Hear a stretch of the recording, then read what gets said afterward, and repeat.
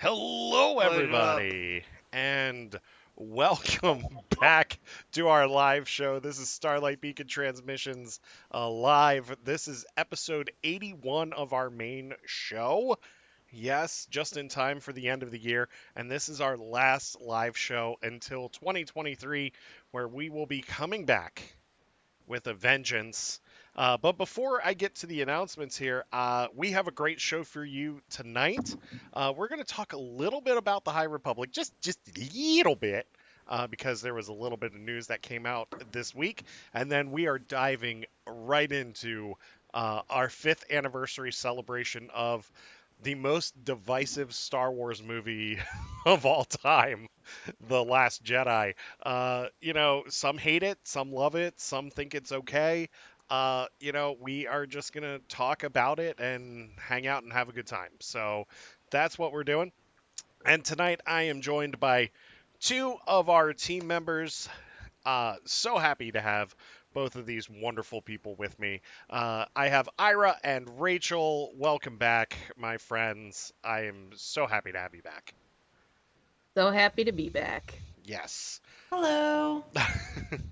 And we are going to, I guess you could consider this like a Life Day special too. Since it's the holidays. Uh, but anyway, I have a couple of announcements Oh here. god, I had to watch the holiday special last week.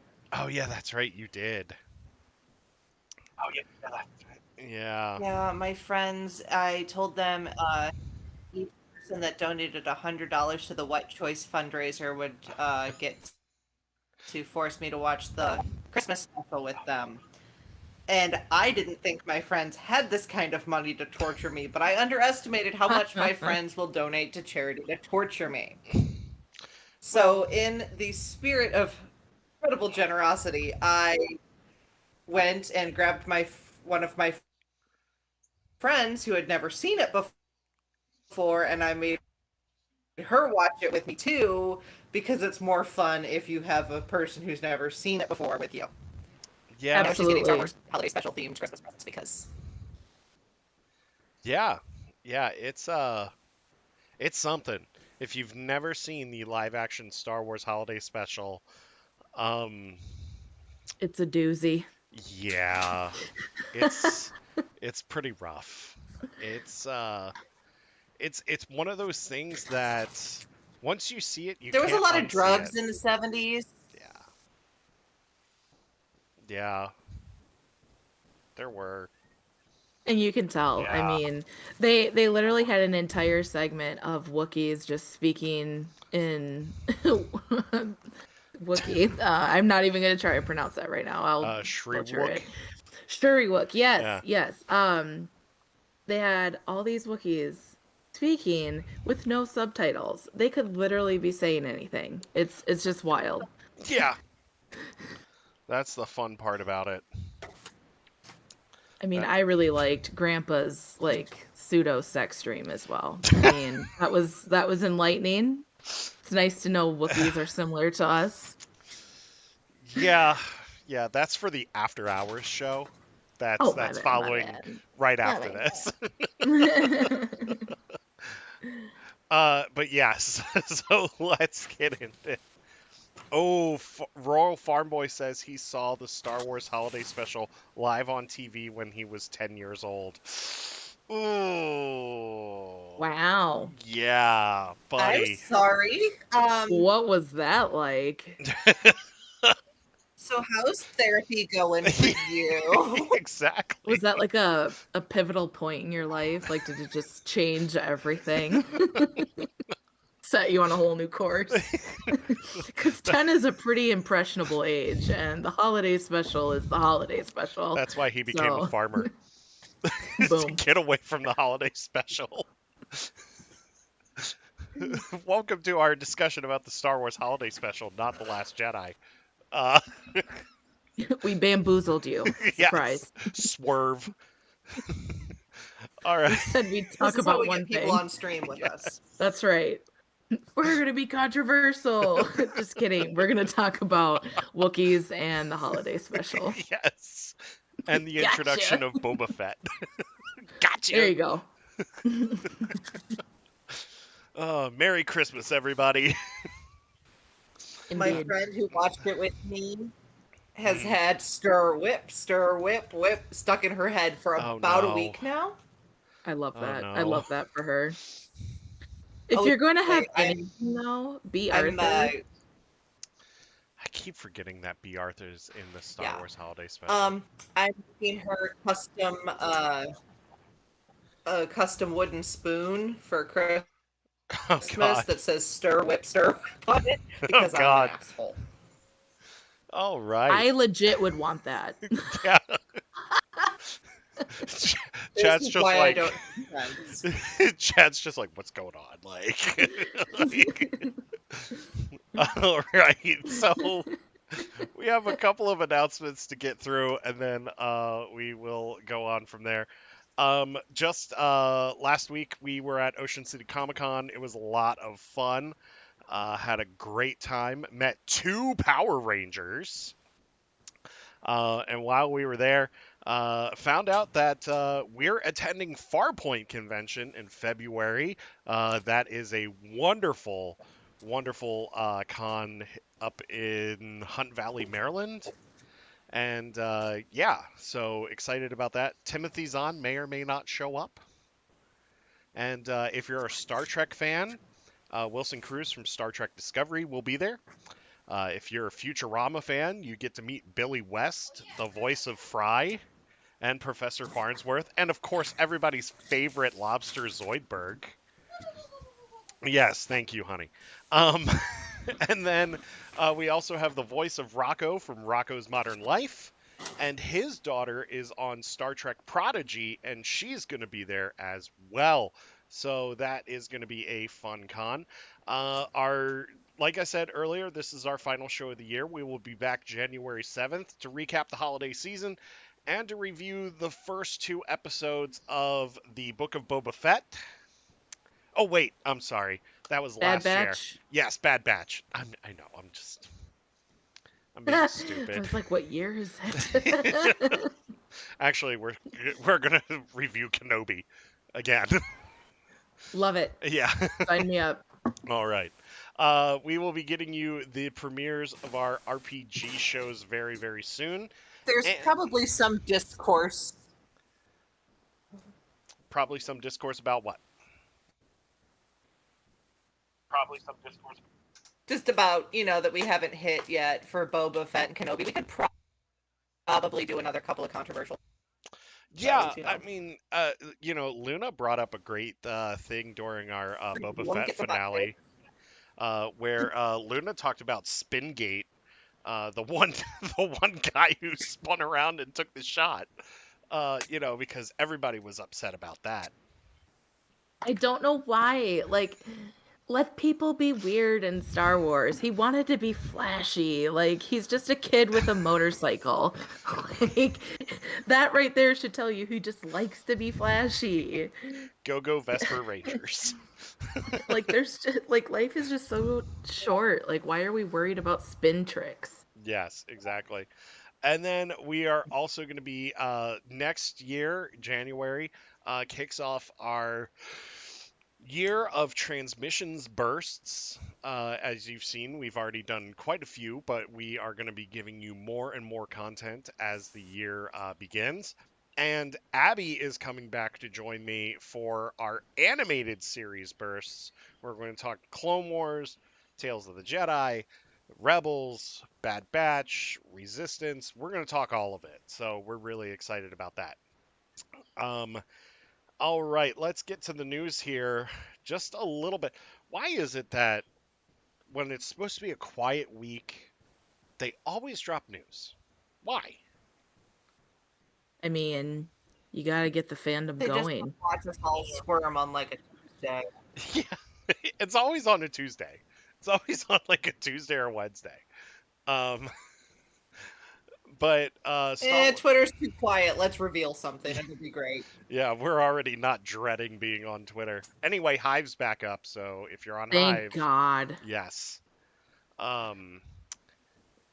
So StarWars.com revealed the Battle for Jeddah cast, and they did a preview. This is an audio drama written by George Mann, and Star Wars audio veterans like Mark Thompson, January Lavoie are going to be involved in this. And oh man, I listened to this, and I'm not ready for the pain that George is about to bring us. Honestly, the High Republic is just pain at this point. So I'm just kind of getting ready to be constantly attacked in some emotional way. Yeah, Y'all want my confession from High Republic? yeah, go ahead. I have not started phase 2 yet. It's okay. Um, It's okay. Okay. this book killed me. This book Well, killed me. This Path of Deceit killed me, and Quest for the Hidden City nearly killed me. So I'm just saying. at this This point, isn't it's encouraging me personal. to start this during my holiday. Oh yeah, you should, because if you want pain and misery, which is what oh the yeah. holidays are all about, you should definitely read the High Republic. Agreed. That and the High Republic is just a breath of fresh air into Star Wars canon, and it's nice to see Jedi as something other than what we have seen. Yes. I love this book so much. I love all of the High Republic, but I love this book so much. Zoraida Cordova really knocked it out of the park with this. So I had to shameless plug this because it's a great book. And if you want something to read over the holidays, this is a great book to read. You know what's also a great book to read? This is one that Ira kind of reviewed. Are you ready for this? Yeah, this is another great one to read. I did go on a podcast and talk about Princess and the Scoundrel. I can't get over it. It was such a good read. So It's fun. That book nearly killed me. this book is so much fun. It is. Like you will have a smile on your face with this book. It's so good. Um, Beth Revis just understands Han and Leia like so well. Like I just adore her. and how can you not love Ewok Bachelor Party? She's just a lovely human, too. The only thing that bachelor party was missing was some spice. It was Spice bears. it was. Oh my god. Yes. Yes. I mean, Lando had it in his pocket, it just didn't make it out. yeah, probably. Probably. Or It's he act- saved it for himself. yeah. Lando like goes off into Luke like showed up the and everybody's trees. like, oh crap, the monk brother-in-law's Yeah. here. Yeah. Funny Duddy. Lando goes into the trees and just snorts like one huge line of spice and comes back in. All right, Han, let's do this. Right. I'm gonna win me the Falcon back. They don't even play You- Sabak. he got the girl, so he gets the ship, right? Well, That's the trade-off. technically, L3 is part of the Millennium Falcon, and L3 was Lando's girlfriend. True. True. So, But was she? Because she kept saying she was playing hard to get. oh, you know they were together. It is Lando. He's weird. You know, that's going to go in the part of my brain I try not to visit very often. I can Go see the there. AO3 fanfics just going right now from our community just about this. Look, don't Google it. It's not worth it. It is not worth it. Lando L3 fanfic. Anyway, so Battle for Jeddah will be hitting in January. George Mann is going to break us once again, just like Cavan Scott did with Tempest Runner, which Tempest Runner was such an amazing audio drama. And if there's one thing that Star Wars does really well, it's audio dramas and audio books. So definitely check those out. And if you don't want to or if you don't want to listen to it, the script comes out in February. So definitely check that out too. So,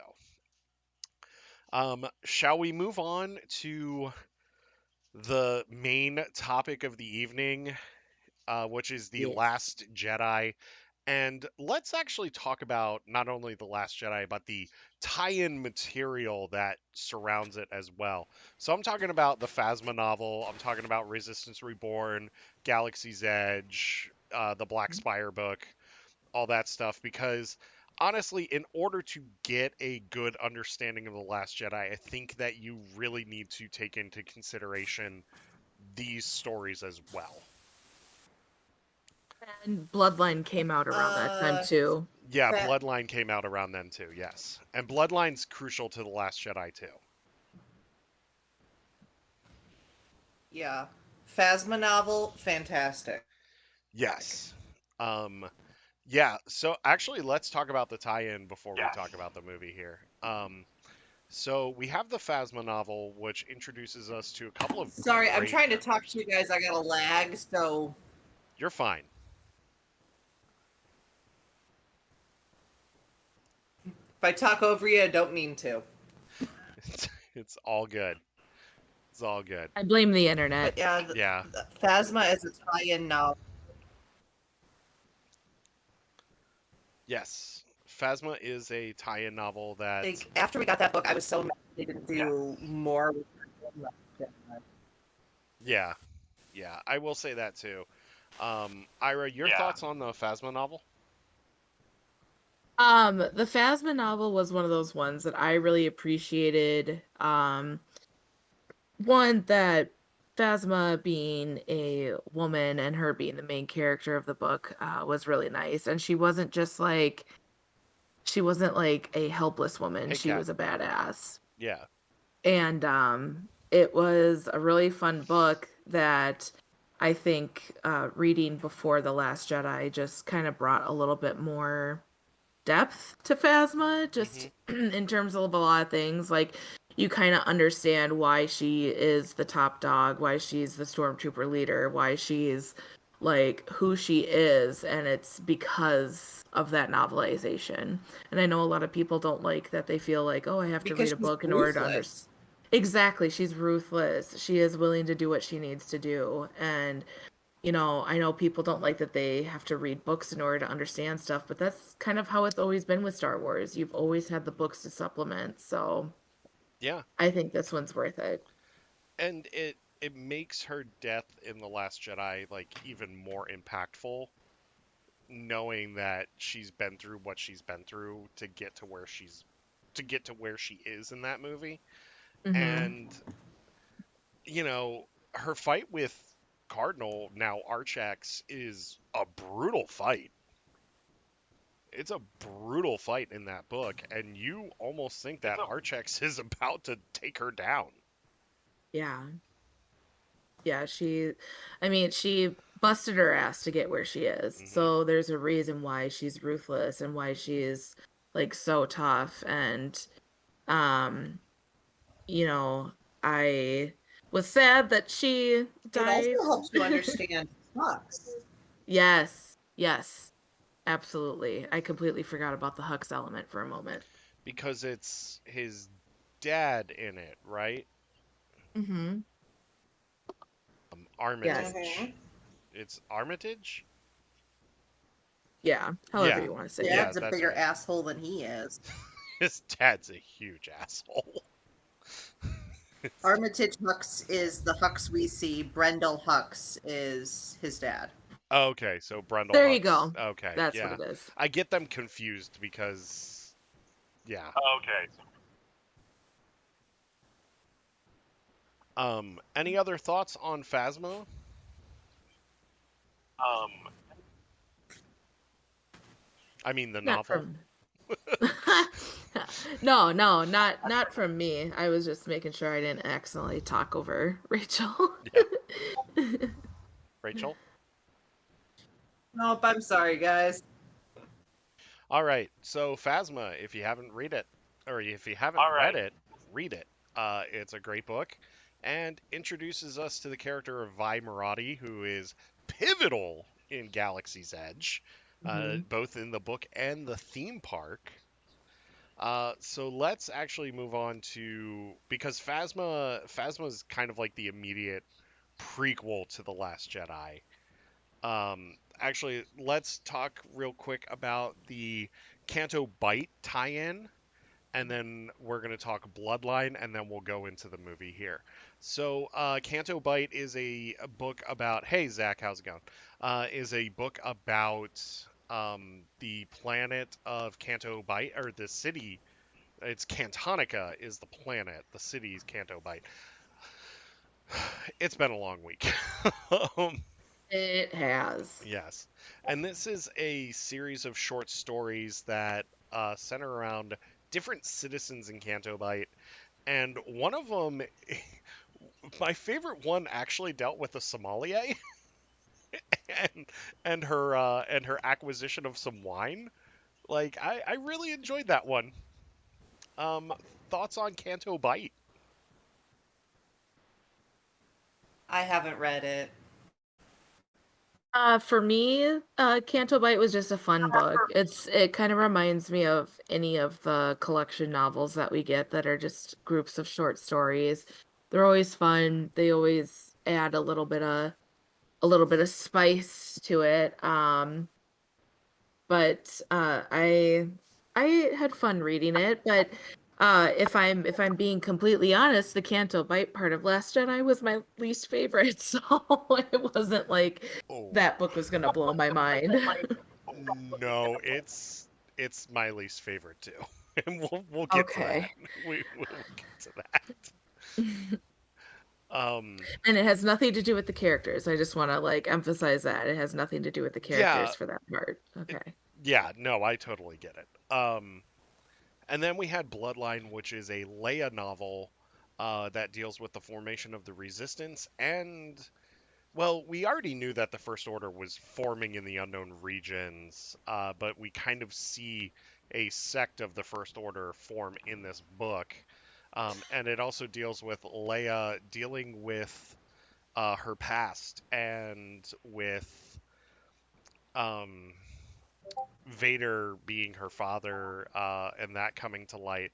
And then we also have her dealing with Ben not being there and Han not being there. Um, so thoughts on Bloodline? I'll go with Rachel, Can and then we I'll go just with have a Ira. moment of appreciation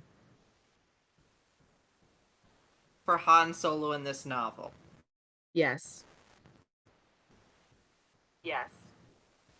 When somebody's like, "Oh my God, did you know you married Darth Vader's kid?" and he's just like, "I know who I married. F you." Yeah. Yeah, It's just I fantastic. Yeah, I would agree with that. Han's amazing. And I mean, not to bring it back to Princess and Scoundrel, but like he's amazing even in that book, just like how I just feel like he does understand Leia, and I yeah. don't think people give Han enough credit. But that's a side point. I almost feel like you have to read Princess and the Scoundrel and Bloodline like back to back to like really see their relationship. Mm, And kind of I would agree. throw a little bit of Last Shot in there too with Han being a father. Hmm. But yeah, with Bloodline, also we got one of the greatest names of any Star Wars character ever in that book with Joff Sea Striker. Like that guy was awesome. And Yeah, where well, Claudia Gray's a queen. until she kills your I favorite just Jedi. appreciated that when Leia has it revealed to the galaxy that Vader's her dad, Yeah, her choice for her next main address is to wear a black dress Yeah. because Leia is her mother's daughter yeah. and she will not be contained. Also, Yeah. Leia survives a bombing at a dinner party.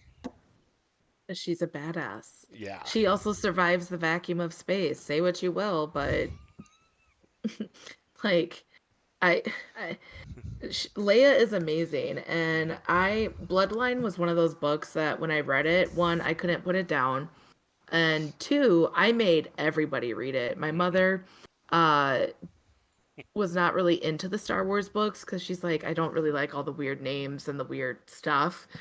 But I made her read Bloodline because I was like, this book is so good. And like, you need to read it. It's so good. So, yeah. I stand Bloodline. That was one of my favorite canon novels. Yeah, it's a really, really, really good read. Rachel, final thoughts on Bloodline? Just that I got to meet Claudia Gray at C2E2 and tell her how much I loved it, and it was fantastic, and she is lovely. Fair enough. I mean, whenever you get to meet one of your favorite writers, that's always a good day. All right. Big fact. Yes. So let's get into The Last Jedi, and I'm going to let you two take this away. I'm going to give my thoughts on the movie, and then you guys just have your conversation about it, and I'll jump in here. Um, I love The Last Jedi. I think it is one of the strongest Star Wars movies, and I love the characterization of Luke Skywalker because it is so true to Legends Luke Skywalker, except for him being the superhero that we get later on in Legends. Like early Legends Luke Skywalker, that's like the Luke that we get in The Last Jedi. So, um, take it away, your thoughts, your feelings on The Last Jedi. I'm going to shut up for a little bit. Rachel, I you can go absolutely love this first. movie. It's my favorite of the Skywalker saga. And,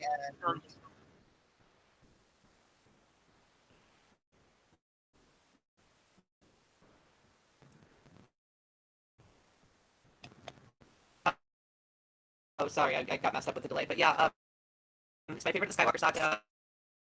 It has some of my favorite moments in a Star Wars movie. It's funny as hell. Holding for General Hugs will never not be funny. I don't care who says it.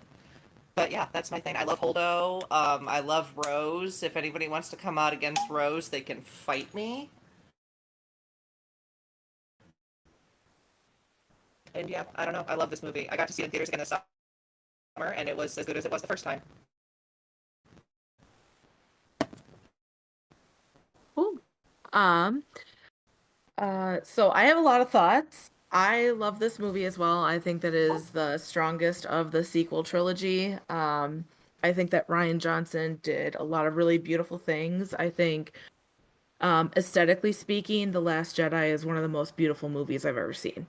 Um, just in terms of the cinematography, how he shot things, the way that he really understands how to shoot people's like best angles. I think that he gave us a General Leia who looks like an absolute goddess. Like that black outfit that she has that kind of reflects when she's on crate. Like everything about that is so iconic. Like that look is just iconic.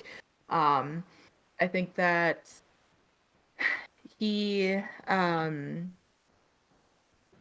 I think that he did a lot of really good things. I love how they talk about the Force. I love everything that has to do with Raylo because that hand touch was like sex. Okay, like like there. Yes, Thank yes, you. filthy Raylo time. Filthy Raylo time. I will always feel like they should have kissed in the elevator. That's just me. I can't help it. But oh no, we lost Rachel. Oh, there she is. Um, I think that in terms of the movie as a whole, like I said, I um really love it and I love the direction that he took things. Except I before we get into like the really fun dirty realo time, there's only a couple of things that I didn't really agree with in the movie, and I think that if we're going to talk about The Last Jedi, it's important to also have a positive critical side as well, because none of the Star Wars movies are perfect, and I could critique every single one of them regardless of where they lie in my ranking. Um, but with The Last Jedi, I love Rose as a character so much. I feel like they severely underused Rose and Finn. And I didn't necessarily like the storyline that they gave Finn because it didn't really take him anywhere. It didn't. I feel like the movie should have kind of helped Finn resolve what his true purpose is, not just Rey's friend, not just an ex-stormtrooper, but that he is his own individual person who was able to get away from being a stormtrooper, and I think they had an incredible opportunity to kind of take him in a direction towards a stormtrooper rebellion. I know I'm not the only person who says that, but it was there. The nugget was there. And I just feel like they could have done Definitely more. was. They could have done more with Finn, and they did do his character a disservice. And I think that Rose could have been used for a lot more than just the Canto Bite. Canto Bite is my biggest issue with Last Jedi. Yes, I understand what it represents. I understand what they're trying to show. I understand the lesson that Rose is trying to teach Finn while they're there, but it didn't actually do anything for the story considering they picked up DJ who betrayed them anyways, and they didn't really like accomplish their goal. So it just kind of felt like they sent them off on a chore when they could have given a better storyline to Poe, Finn, and Rose while Rey was off learning more about the Force and trying to figure out more about where her place is and everything. Um, so those are my main critiques, is just that I didn't like that Holdo was so cold. I love Holdo as a character, but I think if she would have been like, look, Poe, yes, you were recently demoted. We have a plan. I need you to trust us on this because we're not trying to create panic. Like, she could have said any number of things that would have shown that, like, she wasn't just kind of being a hard ass towards him. And I think that would have avoided a lot of, like, unnecessary discourse. And they just were poorly used characters in the movie. And I'm sorry. I hope nobody hates me now. I just think it's only fair to critique as No, well. that's why we're here. That's Oh why yeah. we're having this discussion. Yeah. And I just I feel bad for Finn. I feel like Finn was not only a poorly marketed character in The Force Awakens, being like, "Oh, I'm the like he's the Jedi," and then ending up not being the route that they're going, and then he doesn't get his stormtrooper uprising. He doesn't get a good story in The Last Jedi or The Rise of Skywalker. So it's just like just missed opportunities. Um, so I want to, before I get to you, Yeah, Rachel, real I can quick, definitely see that. I want to just talk about chat real quick here. So Melissa is saying Last Jedi Luke will always be my favorite Luke as well. I also have always wondered if Holdo is the type of person who Jin would have become if she lived. Yes, I also think that Finn and Rose got shafted. Dante Bay says Last Jedi elevated what Star Wars can be. It also let the actors act. You have Adam Driver, who went to Juilliard, finally emote and monologue. It's science fantasy done right. And then Melissa Agree. says, as a Poe fan, this might be my least favorite Poe movie, but luckily Rachel made me read Resistance Reborn. Yeah, Resistance Reborn is I didn't pretty make good. her read Resistance Reborn. I got her Resistance Reborn for Christmas last year. So you didn't sit her down and make her read Resistance So Reborn. No, I did not, and I definitely have never assigned her homework. Read the book, club book, Missy. Come on. All right. Um, so Wanted to Oh, yeah, I was just gonna say real quick, I wanted to go off of what some of the stuff in the chat.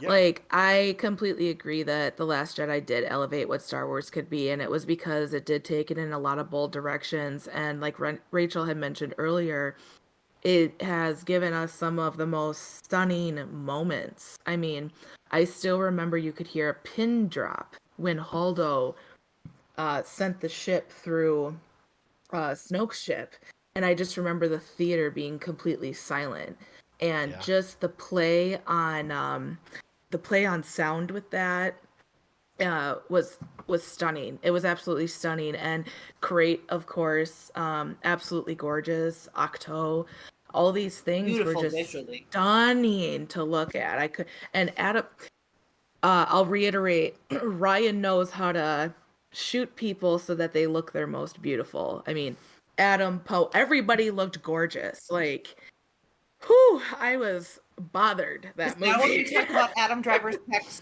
or do we have to wait to Yes, talk about gotta Adam talk Driver's about the big pecs? old titties. Oh my God. Welcome to the show My if you poor just friend joining Brienne, us. whenever I watch this movie, I have to send her a picture of the screen at that moment and type titties in the text message. I saw it in theaters again. And I have my phone out briefly during the movie because I'm like, I can't not send it to her. I can't do it. Absolutely. So I want It's to essential. Go back and like watch it for the first time again. It would be this movie.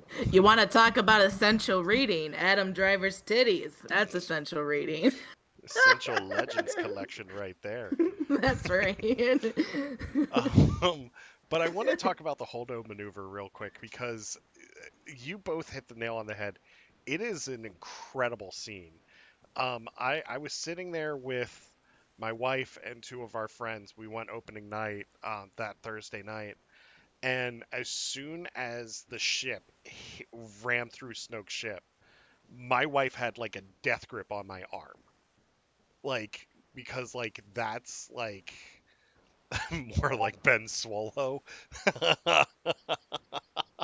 One of the best memes to come from The Last Yes. Jedi is Ben Swallow. I saw a cosplay of that at Celebration, and I was just like, that guy gets it. Also, we did get Matt radar technician from this too, so It's true. Yeah. Yes! Yes! we we we did get Matt radar technician from the sequel trilogy. If you don't know what we're talking about, go on YouTube, not right now, but go on YouTube after the show and look up Undercover Boss Kylo Ren because it's incredible. It's so funny. Um, but the Holdo maneuver, it came out of nowhere. Like you had no idea it was coming. Like, Yeah. and then when it hits, you feel the impact of everything that's going on. Yeah. And it's such a big middle finger to the First Order too. It And really is. and you know, Melissa, I really feel like Holdo was inspired by Jyn Erso. I agree. I'm sorry. I said all of Rachel's favorite words at the same time. I just activated. Uh-oh. Uh-oh. Go off, Queen. I love Jyn Erso and I love Holdo, and it's that same thing of snatching something resembling victory from the jaws of defeat. I had to wear a semi-formal dress to Christmas one year because my mom declared that during the pandemic we were dressing up at Christmas, and I bought her Universe Holdo dress to wear to Christmas that year. I love her. She's amazing. Laura Dern is my queen, and she deserved a lot better script than Jurassic World 3. That's all. Oh God. Amen. Don't even get me started on that third Jurassic World movie. That movie is so Amen. bad. That movie took me 3 days to watch because I didn't go see it in theater. I streamed it. So, and I love dinosaurs. Jurassic Park is like I my still other thing. enjoyed it, but that's because you could put dinosaurs in Excuse anything me? and I'd watch it. Same. Same. I love dinosaurs. That's why like this thing with Adam Driver and dinosaurs, that 65 movie, I'm like, oh yes. Oh, reel me in. Like that movie was made for me. Oh, I can't Dinosaurs wait to see. and Oh. Ben Solo. Oh, I'm all in. I can't wait Oh, to see yes. Adam All Driver in. fight dinosaurs in that movie. Like I'm here. I can't wait for that. That movie's gonna be so amazing. It's called 65. Look it up. It looks I had to text my incredible. Raylo friends. My wife's like, what movie's this? And I'm like, it's called 65. Look it up. It's Yeah. amazing. To go off of what was said in the chat here, theaters had to put up signs that told audiences, hey, there's a lack of sound cue near the end. It's on purpose. Don't get up. Just enjoy the moment. I started seeing those signs in my theaters as well because people were just like, the sound so cut. quick, though. I know. It's such an impactful It was so quick, moment. like I couldn't have even gotten my butt out of my seat. No. And who just like waits for a moment where it's like, oh, the sound cut out frick They're this. called Like, I'm just gonna leave. their names are Karen, and they'd like to speak to the theater manager. Yeah. I'd like my $8 back because Ryan Johnson put a really impactful pause in the middle of a movie. And I want free popcorn too. Yeah. Yeah. But yes, to talk At that about point, I wanted free popcorn because I spilled it all when Snoke died. well, I yeah. mean, Yes. we all were throwing Let's popcorn at that point. let's talk about the throne room scene. Oh, so If We have to. yes, go. if I could rewatch a scene for the first time again, it would be that throne room scene. Because Same. if I could watch any movie first time again, Yeah. I the it was first like time I have no idea where this is going, but I'm here for it. absolutely. That's how I felt. I remember that whole moment in the theater where they're in the elevator and it's like there's all this tension and I'm sitting there and I was like, "Whoo, like wow." And then they didn't kiss and I was like, "Well, that was bullshit." And then they came out of the elevator. And I wasn't like mad about it. I was just like, "Her." And then they came out and that whole throne room scene happened and I just remember when Snoke was like taunting them, like I can see his thoughts. I see the weapon turning and he lights it to strike down his enemy. And I remember when that little finger flick, which he knew what he was doing, Yep. that happened. And He I just did, remember in being fact, like, know what he was doing. amen. And I just remember sitting there like, no way. What is happening here? Like I couldn't believe what I was seeing. And then when they went back to back, I was like, I remember the theater actually went, oh, like everybody was freaking out because regardless of how about you feel about the movie as a whole, that shit was dope. We And had never seen that. and you know what's amazing about that scene also? It killed it killed the one person everybody thought was going to be the big bad for the entire trilogy. Yes. Which here's the thing. I think that if they would have killed R.I.P. Andy Snoke, Serkis, he still can't swim. yeah. Oh, too soon. Too Sad. soon. Too Sad. soon, sorry. Sad. I actually just rewatched that episode today and I was just a mess. But For I Snoke, think can we talk about Snoke's choice of being a ruler in a gold lame robe? Oh, I wanted it's to go for him. I wanted to go as him for Halloween. I mean, I feel like Gold Snoke, lame bathrobe. I see nothing wrong with this. If there's anything that I've learned from Star Wars, it's that there are certain people that just like to be dramatic. And quite frankly, I think of Snoke's gold lame as the equivalent of the like 1930s smoking robes that women Oh had with the yeah. dramatic feathers, like they just Yes. killed their husband and they came out in the feather robes with their long cigarette. Like He had that's it what it was coming, you giving me. see. It was giving me drama. It was giving like pay attention to me in my red room and my gold accents. Like And I'm uh, sorry. I just liked it. And I'm sorry, but you know what? He's sitting in a very uncomfortable chair. You want to be as comfy as possible, and that robe That's looked right. really comfy. And he looked fabulous in it. I mean, Yeah. scars aside, it was a look. It was a look. It's an iconic look. What I wish would have happened, and this is where I'm sorry to the people who like Tross, but if by killing Snoke they would have made Hux an absolute menace in Tross and like actually leaned Yeah. into him being like super evil instead of bringing back I liked it for what Palpatine. it was, but I have much better ideas. Same. Yeah, I think that Hux should have been the big bad. Hux and Pride should have been the big bads for Rise of Skywalker.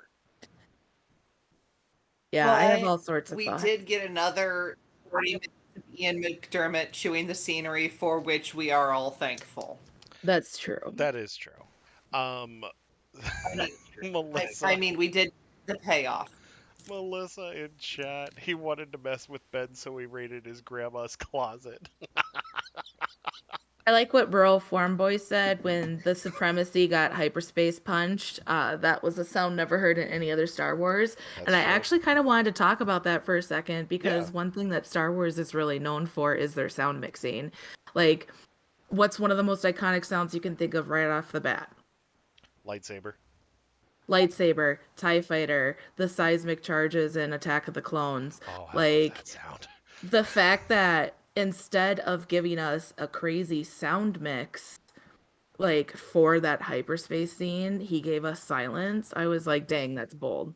That's crazy. And it takes To be Star fair, Wars. this is the same man that made Daniel Craig do a monologue in Foghorn Leghorn's voice about a donut. So And real it quick. slapped. So real quick, my wife just watched the trailer for 65 and she's like, "Yeah, we need to go see this." Like, She gets it. yeah, My she husband understands. my husband Okay, said to you me don't need to be involved. Ira, your wife, and I need to go see this without you, Eric. That's right. That's Oh, right. I'm Eric, you sorry. get to stay home, okay? I get to This is stay home no with Pickle. That's right. Please Like no. Please my no. Don't worry, I'm dropping off my dogs too. Oh, gee, Exactly. thanks, because that's gonna go over real well. My husband said to me when the 65 trailer came out, he was like, I just want you to know, I never wanted to know this much about Adam Driver, but I blame you and John Oliver. Oh, John Oliver is gonna be first in line for that movie. Oh, I know, right? If we don't see John Oliver on the red carpet for that movie, I'm demanding a refund. oh, Same. I'm gonna write him a letter and be like, "You're going, right? And can you take me as a +1, please?" oh. So anyway, But yeah, sounds so- of Step on Star my Wars. fingers, you brooding mountain. Oh my Yes. god. That episode was perfect. Okay, real quick, because I'll have to explain this for the chat. If you've never watched Last Week Tonight with John Oliver, he has an unhealthy obsession with Adam Driver. It's completely healthy. It is. Unhealthy He's is one person's opinion. It's fine. I'm sorry. I support all Raylos. I support all Raylos. That's all I'm gonna say. Look. The Last Jedi showed us that those two were like the yeah. I have no problem with whatever people want to ship as long as it's not disgusting, of course. Like, come on. But Yeah. like I was never a Finray. Like even in Please the stop last shipping Luke and Leia. I have questions. Oh, Oh who's doing God. that? Probably the same people shipping Obi and Little Leia. Surprised. Ugh, Yeah. that's disgusting. You people ought to be Yeah. ashamed of yourselves. Yeah. But I think that it was really interesting to see like they just have so much chemistry and Yeah. looking at like the Force dyad in general and just the things that he showed us that are possible through the Force in The Last Jedi. I loved it. I really liked all that Force mythological stuff and I love Yes. that whenever it's the center of the story. So I want to actually go to the Force mythology here because the last third of the movie deals heavily with that, especially with Luke and the Battle of Crate. Um, let's talk about how Luke pretty much just hands Ben Solo his ass without even lifting a finger. I think the best part of that whole fight is the fact that Luke finally learns that what it means. Um, Jedi, the Force is for defense, never for attack. Like, I think in this movie, he finally realizes kind of what that means. And as much as it would have been cool to see Luke Skywalker walk out with a laser sword and be physically present, I think that it means more that he showed not only one, he was completely cut off from the Force. And then the second time in the movie, he opens himself off. He opens himself up. Excuse me. It's been a long week. He projects his whole being across the galaxy. after being cut off from the Force, he projects himself, I think it's cool holds that if it. you like watch it again, like Go if ahead, you Rachel. watch it again, you can see you're supposed to know that it's not really him. Like he doesn't leave footprints. He doesn't. He looks like he was in Ben's memories and all that. But in the time, we're all like, "Oh my God, Luke's about to kick somebody's ass," and then he does, but it's totally different. But on a second watch, you can totally see all of the clues that were put in there. Yeah, 100%. And I think that that's really clever because the clues are subtle. And I remember the first time I saw it, I was like, well, how is this possible? Because they just broke the lightsaber. And then I started paying a little bit closer attention and I realized, oh, there's a lack of footprints. Oh, Yeah. there's this going on. Like he doesn't look how he did. He looks like a younger, more like put together Luke, like younger, older. Um, and I completely agree with World Farm Boy. Luke in The Last Jedi did do the most Jedi thing he could Yeah. do, which is fight without fighting. And Yeah. that is the ultimate lesson. It's not the fact that Luke came out there and was this grand superhero that everybody wanted him to be. It's that he was a superhero in the most Jedi way that he could be. Yeah. He caused a distraction, he kept the peace, and he kind of taught Ben a little bit of a lesson while also opening himself up back to the Force and realizing he didn't have to be scared of that and he doesn't have to be scared of that. Yeah. Well, I also want to talk And I about. can only imagine in that moment. Yeah, go ahead. No, no, go ahead. Finish your thought real quick. I'm sorry. Oh no, you're good. Um I just think that in that moment, when he did finally open himself back up to the Force, what that must have felt like, because it reminds me of the Obi-Wan Kenobi show when he said it's like turning on the light when you're scared. Yeah. And he knew that his sister was in trouble. He knew that what was left of the rebellion was in trouble, and he got over that fear and embraced being a Jedi. Yeah, and I want to talk about how like the use of the Force took a toll on his body. Like we see in the Kenobi show, like Kenobi's been cut off from the Force for a long time, and when he uses it, it takes a toll on his body until he gets used to it again. You know, with Luke being older and everything, like even older than Obi-Wan is, Hmm. using the Force, tapping into the Force again, and using that much power, I mean, him dying is actually the most logical thing for him to do in that moment because he just exuded that much energy through using the Force. And I think people think that death brings this finality to them being a great character or a great anything. And when in actuality, it's like Ben said, and it's just like what happened with Yoda, like death is not. Luminous beings are we. Yeah, We are not this crude matter. yeah, We are more than these meat sack skin suits that we walk around in. And Luke rejoining the Force so that he could be there instead of still on Octo. What's he gonna do? What's yeah. he gonna do? I- It just makes more sense for him to be one with the Force yeah. there for them.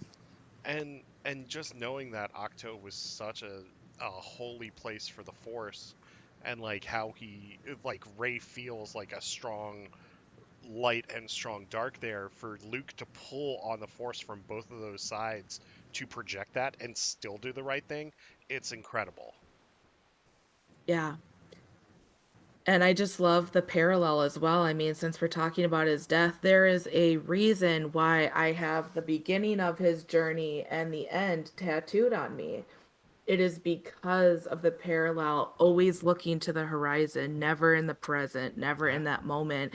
And I think when he finally does save the rebellion, what's left of the rebellion, the resistance, excuse me, when he does save them, he looks to the horizon, but he's very present. He has his peace and purpose. yeah, He has all of that, and it's just damn good Star Wars. yeah. Um, Real quick, I want to talk about Melissa's comment here in the chat. I also love the Yoda scene. Yeah, Yoda showing up in The Last Jedi is absolutely epic in every sense of the Hmm. way. And who better to teach Luke one last lesson than the most impactful master that he's ever had? Literally the most impactful master by hitting him in the head with the cane.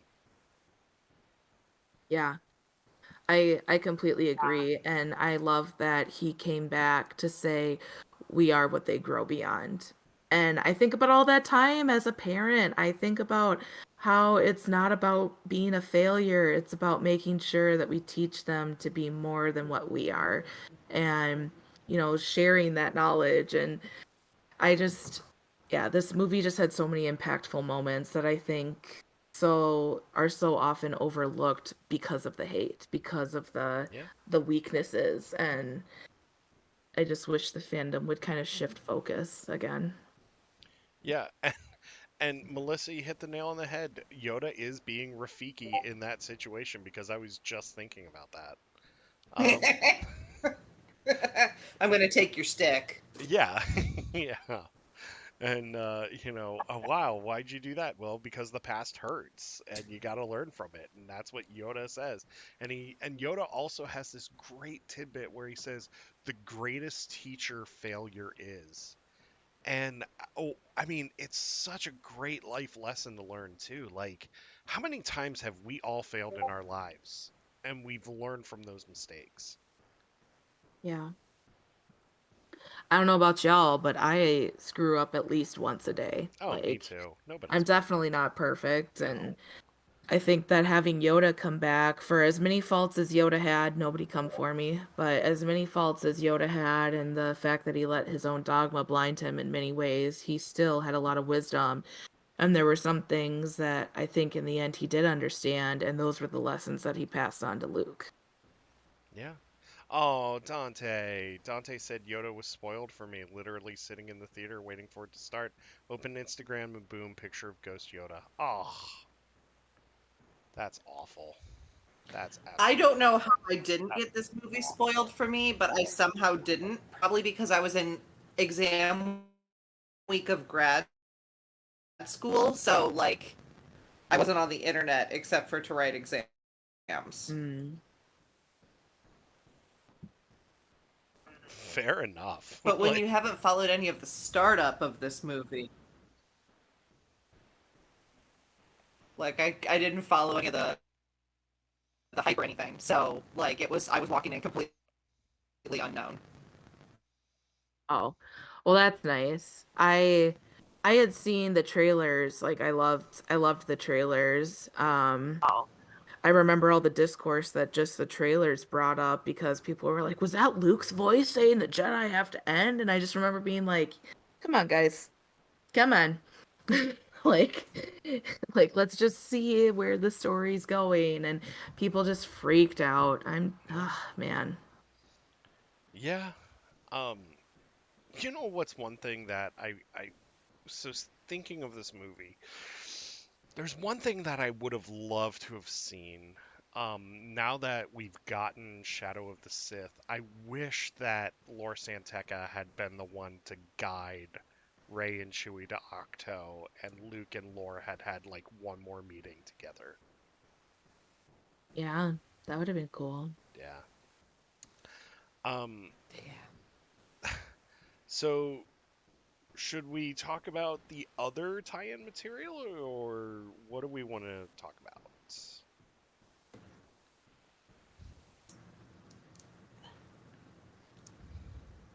Let's see. I mean, there isn't too much else in the tie-in material. I mean, there's like the young adult and some of the comic stuff. And there's also the Um, Galaxy's Edge novel and the theme park and the Halcyon. that's true. Yeah. Um, which, real quick, if you've never been to Galaxy's Edge, please, if you can, go. It's incredible. I Working agree. on it. I know, Rachel. I know you are. I agree. I was able to go for the first time this year, and seeing the life-size Millennium Falcon in person just stopped me in my tracks, and I pretty much didn't want to leave its side. But I got to ride Rise of the Resistance twice, so that was sick. Got to do it once at night and once during the day. That ride is so freaking cool. It's It's so so good. good. It's so good. I'm the same way about the Millennium Falcon. Like we came through the marketplace and then walked right by Ronto Roasters, and we stood there at that little balcony, and like I broke down and started crying as soon as I Yeah. saw it because I said to I my sob when I see Cinderella's castle, so I don't even want to know what I'll do when I'll see the Falcon. it's It's It's it's a different type of experience. Like when I saw the Falcon, I was kind of overwhelmed. yeah, Overwhelmed with emotion. I stood there and I was just like, I feel like I'm four. I'm gonna cry.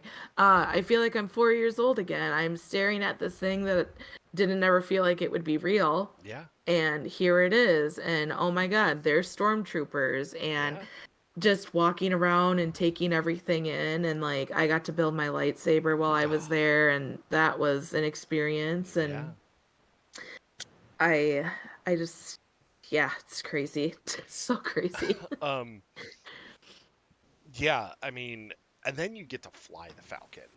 Then you actually get to fly it, and I that didn't get is to. ah, I'm so sorry because my wife and I went May 4th, to Galaxy's Edge again May 4th in 21, and it was during like where they were social distancing people like in the Mm. queue and everything. And so like they're like, "Oh, how many?" And we said two, and they're like, "All right, you two are pilots. You're the only one going on this run." And I was like, "Oh, okay. Like let's do this." So we got to pilot it, and it's such a fun ride. I won't give Rise of the Resistance away because Rachel, you should experience it for yourself Agreed. because it's an incredible experience.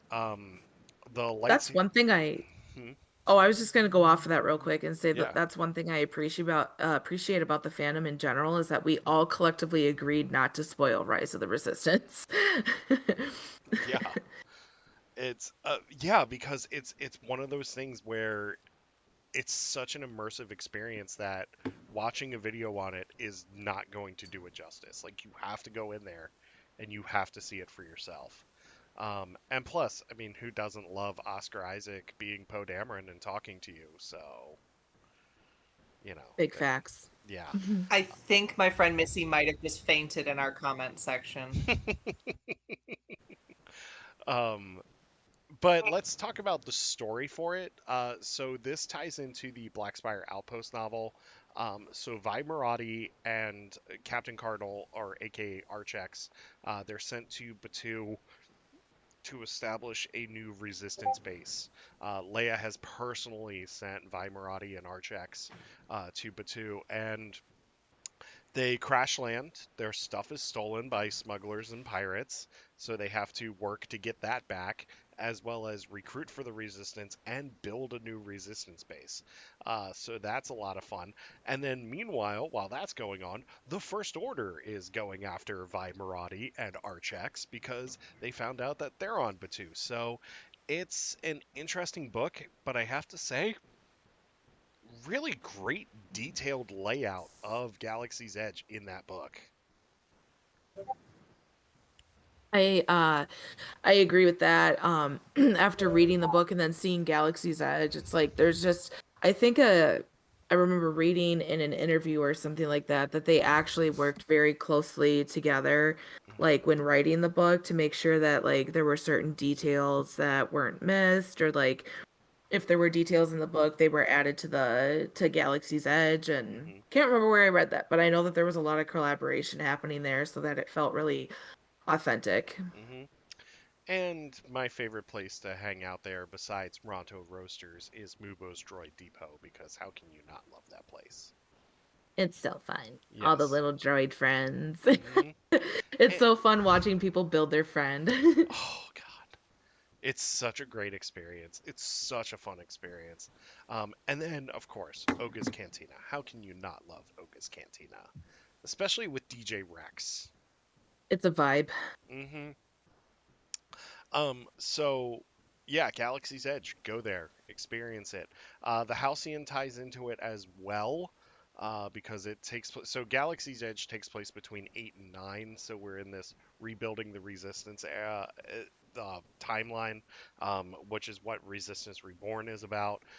Which Hmm. I want to tackle Resistance Reborn real quick, just for the Poe Dameron section in that book, where we really see Poe wrestle with his failure as a leader, and I want to get Rachel's insight on that, and then talk, and then Ira, I would love to hear your insight too. Sure.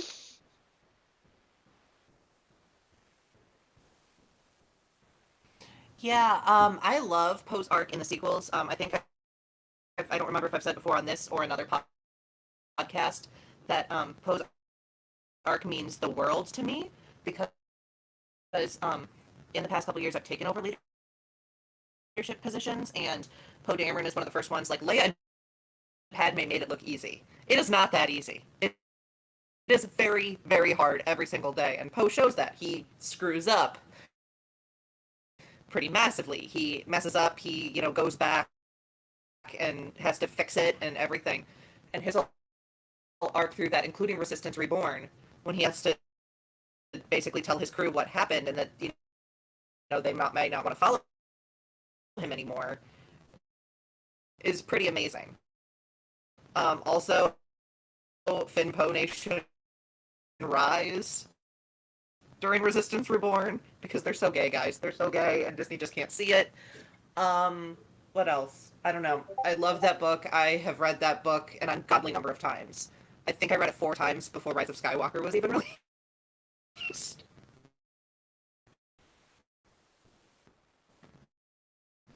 Yeah, it's a good one, and I'm just so happy that it brings Poe and Snap Wexley back together.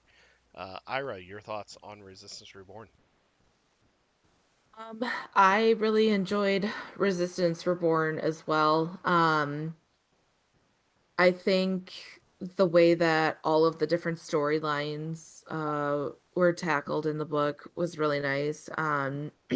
It's been a while since I've read it, so a lot of like the fine details are eluding me right now. But the main thing that did stick out was Poe's struggle with leadership and just like the immense amount of guilt that he felt throughout the book. Hmm. And I think that that is something that's really important to acknowledge.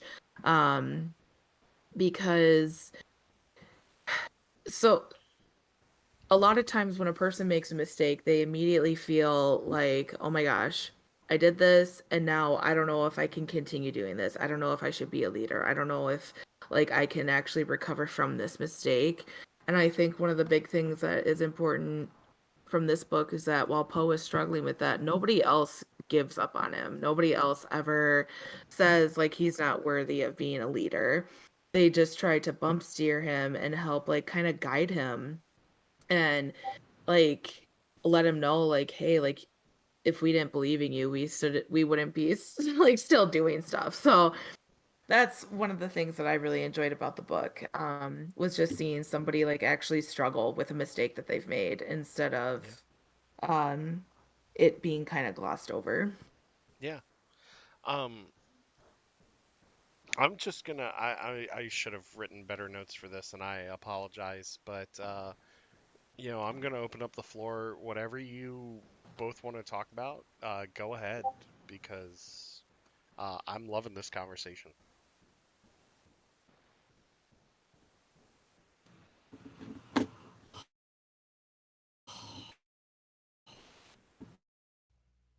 Um, Sorry for the delay here, folks.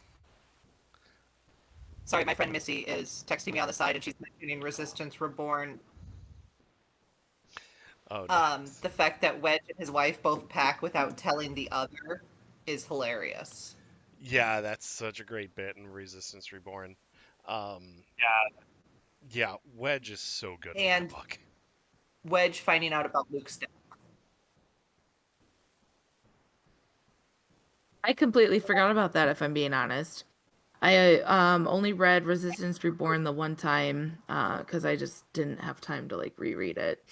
and I forgot that that was a plot point in the book, but I think I might actually have to reread it. It became my comfort read for quite a while in there. Yeah, it's a oh man. Do we want to talk about the Last Jedi soundtrack at all? Do we have any input on that? Yes, Yes. That's yes, one thing we haven't please talked Oh about go yet. my ahead. God, that Yes. is, yes, that's my Yeah, bread and butter. Battle of Crate is the goat of that soundtrack, by the way. Oh man, I have so many favorite The tracks. use of Luke and Leia's theme. Mm-hmm. Also, the use of the Resistance theme in certain sections is really good too. Because let's face it, March of the Resistance is such a good friggin' song. Mm-hmm. I would agree with that. I think my favorite of the tracks for The Last Jedi would actually be The Spark.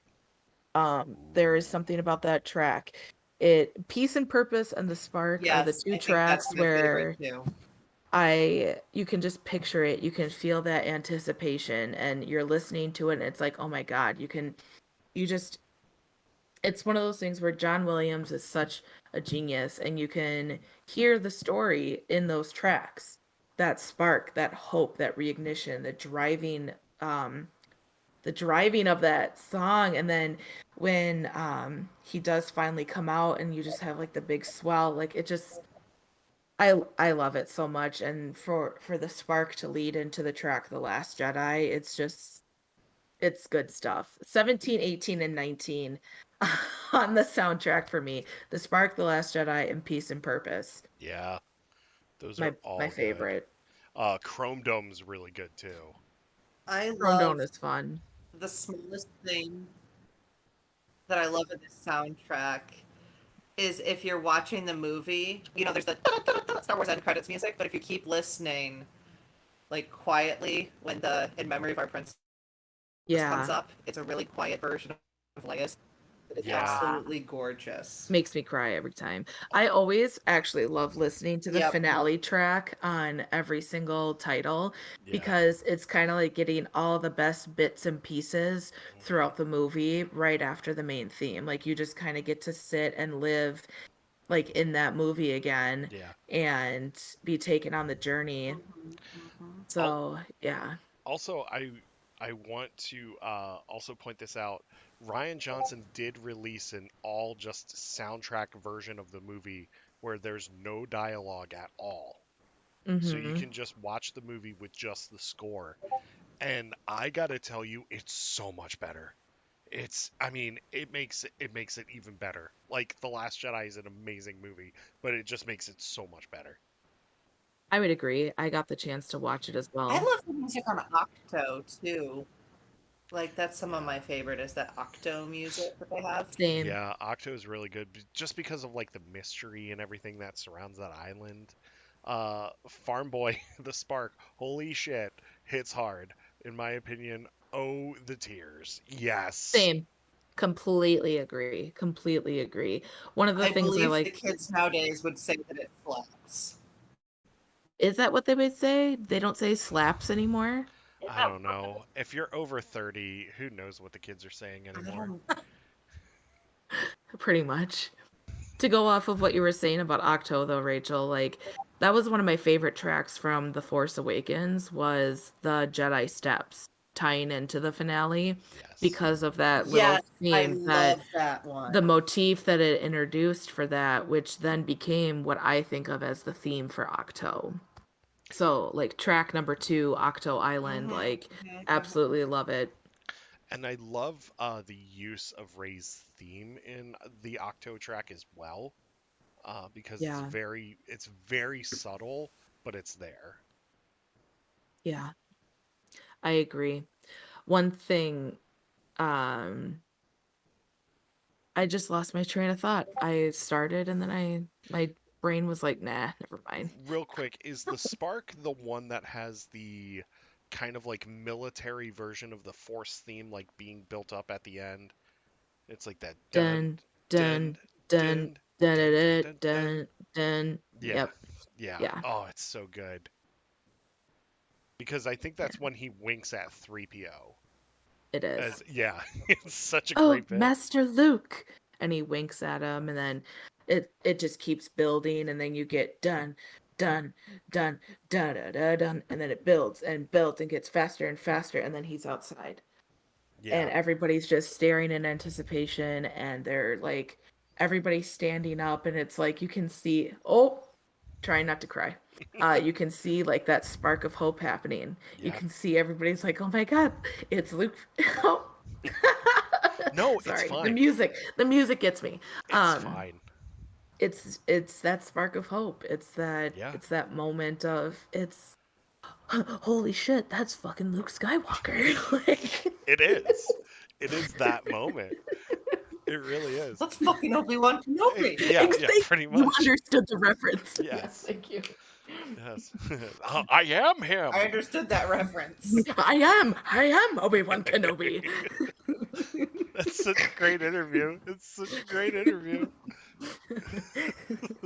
Holy Had shit. to make myself laugh. That's so I Obi-Wan wouldn't cry. Kenobi. I could see it in his eyes. That's not him. I am him. Mommy, that's not him at all.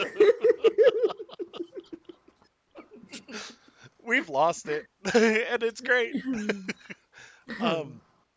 But also like one of my favorite tracks. Oh, we didn't lose it during the segment about Adam Driver's chest. His tiggle bitties. Oh my god. We broke Eric. Ooh, I like that. The one in the chat, Melissa said that's one thing I wanted to say about Luke's death. He knew everyone was waiting for him to save the day, and he needed to show them they could. Yeah. And it's like that anticipation, like him actually showing up when the whole galaxy is like waiting for him. And then he does it like that's so powerful and so impactful. And I think about Broom Boy at the end. Yeah. And like him and his friends and how they're talking about how Luke Skywalker stood up against the walkers and like he reignited the spark. Because that it's such a great bit because Broom Boy like ends up like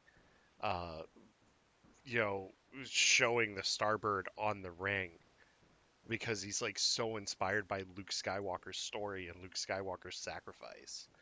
Well, then he uses the Force too. Yeah. Yeah, that got to me when he did that. I just said that's the future right there. That's the future. And then all of our speculations started. Like, is Broom Boy going to be in the Rise of Skywalker? Which Broom Boy should have been in the Rise of Skywalker. That's all I'm gonna say. You know, it technically is the anniversary of the Rise of Skywalker, but I don't want to get into it today. No, we'll wait for the 5th I'm anniversary. not feeling of the it Rise of today. Skywalker. Yeah. Yeah. Next year, I got to tell you, next year is going to be a fun one. We're going to do the 5th anniversary of Solo in May.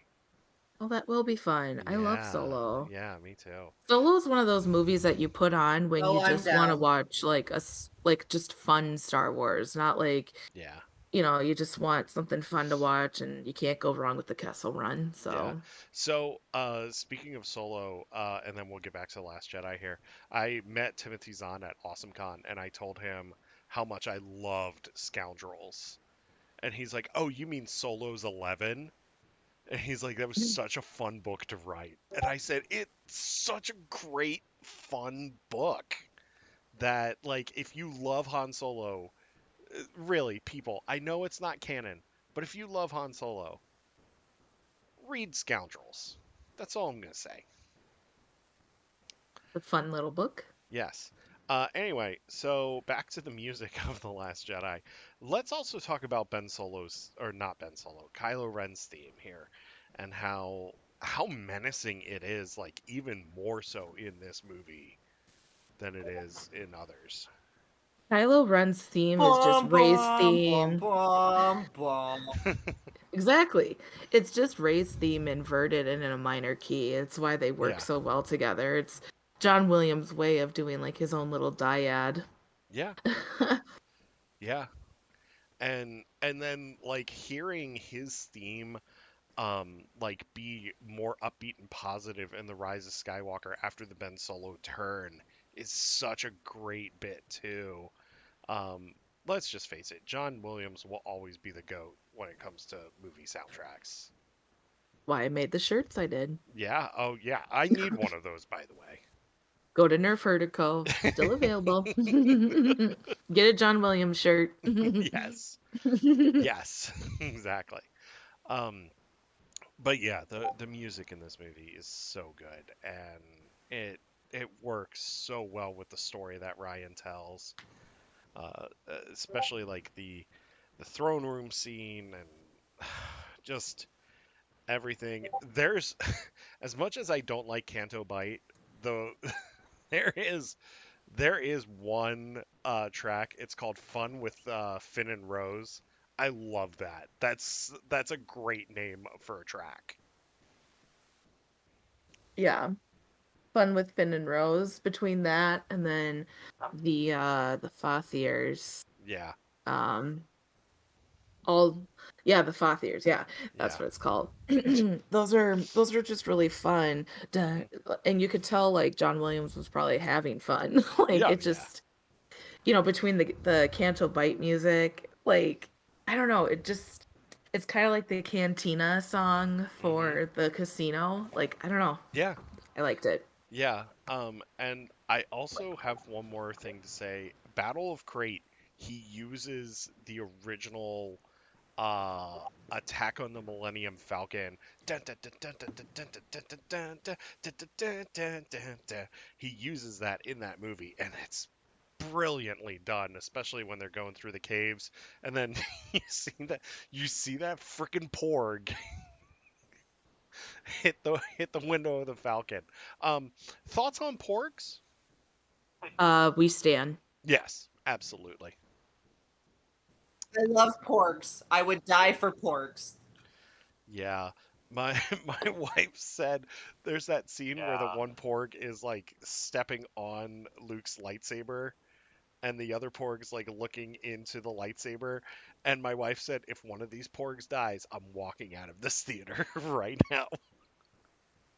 That's hilarious because I was rooting for it. I was like, are they gonna go there? Are they doing it? Like I was sitting there like, this is wild. This is gonna be amazing. I really wanted it to happen too. Like I wanted to see it happen. But no. People would have been so pissed. Oh yeah. As if the movie's not My Disney divisive Plus enough. icon is a porg, okay? But then we see Chewie got some pork justice by trying to eat him. He get justice though? Because he didn't even get to like taste it. He got guilted out of food. Like That one porg, that face. Yes, that face yes. right there. Yes. That's the look my dog makes whenever I don't share what I'm eating. Yeah, Pickle gives me the same look when I tell him no. Yeah. I do pretty good pork impressions. Yeah, you do. You do. I can do the little screech thing, but I'm not going to because it's Okay. loud. Fair enough. I do a lot of impressions. Someday. We'll put it on an audio track at some point. Yeah. I Uh, do. I'm responding to a comment here now that yeah. I'm closer to LA.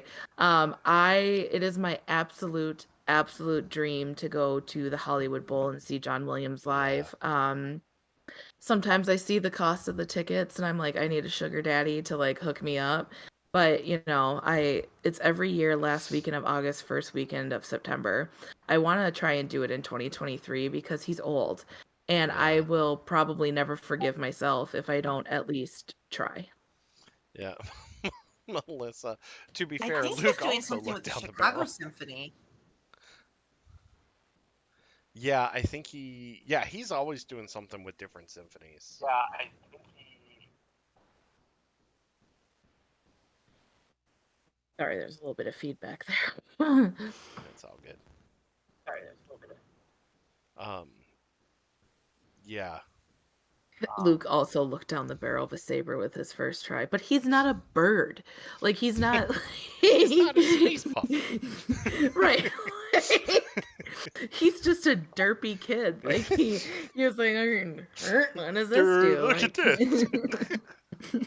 at least he didn't smack it with his hand while looking. Like, how does this work?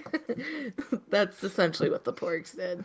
One of the most powerful weapons in the Look, galaxy. Leia got all of the brain cells, okay? Yes. One of the most powerful weapons in the galaxy. What do? You look down the barrel. Yes. Immediately mean- pointed at face. Yes.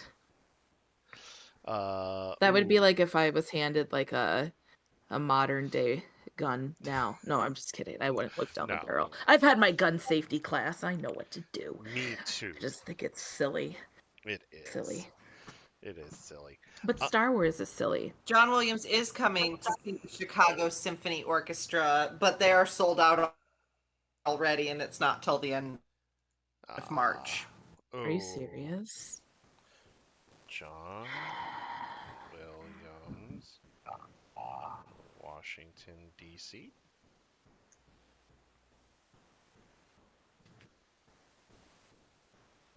Man. Oh, I missed his 90th birthday gala concert. Are you kidding me?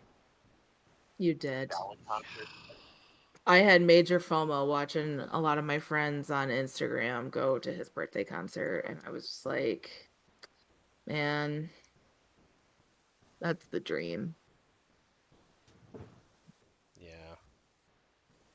I just like I never got to meet Carrie Fisher. And so it's like I can't not meet my other hero. Like I got to get a break here.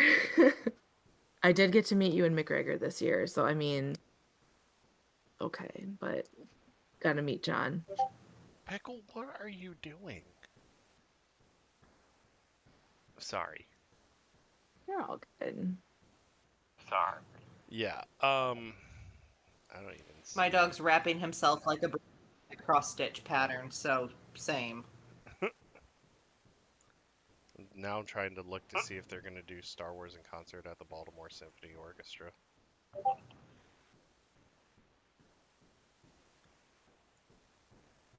Really? For May, you couldn't do the original Star Wars? Really? Like, seriously?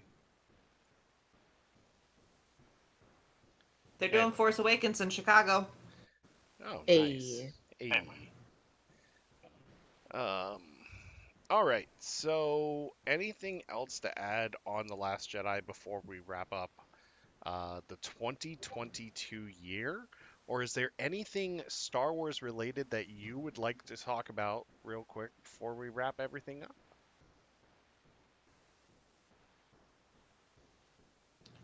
We got a lot of Star Wars this year, y'all. We got a lot of Star Wars this year. We did. I'm training for March.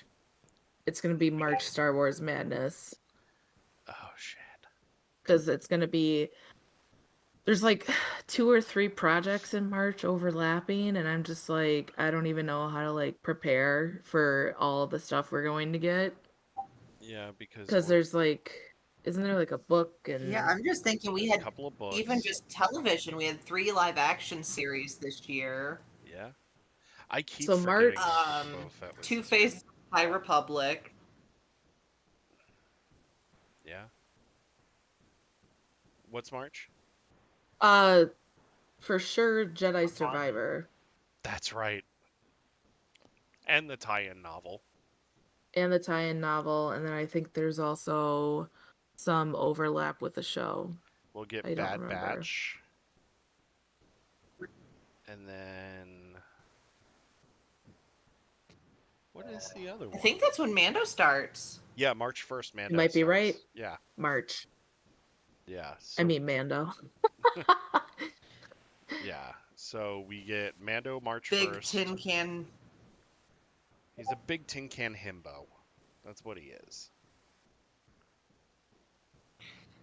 And that's what we all love about him. Except I don't like. He's there to be broad because he doesn't have the brains. Yeah. I don't. I don't like Grogu. I'm Just not looking accept the forward to cute, seeing him. Eric. Just I let the do. cute happen. I accept the cute. I just am tired of seeing him. Like, seriously, he should be training with Luke Skywalker. He shouldn't be with the Mandalorian. I agree. You should not be It training with Luke Skywalker because Luke agree. Skywalker should not be a parent. Well, that's true. I think I think this is like a whole Oh, other like discussion that we Yeah, could get into because yeah, I have so many thoughts, but I also have to go take care of my kids. So yeah. All right. So, we're gonna Yeah, wrap good things up point. here. Yeah, we're gonna wrap things up here. My friends, uh, and it gives Pedro permission to call himself daddy in every interview. That is true. That is very true. Um, my friends, I want to All thank. that man does is go on interviews and call himself daddy. Yeah, that is true. All right, my friends. Well, I just want to thank you all for an incredible year here on the Beacon. I want to thank Ira and Rachel for joining me on this crazy adventure. I hope that I hope that you all have a wonderful holiday season. I hope that you all stay safe. Please stay safe.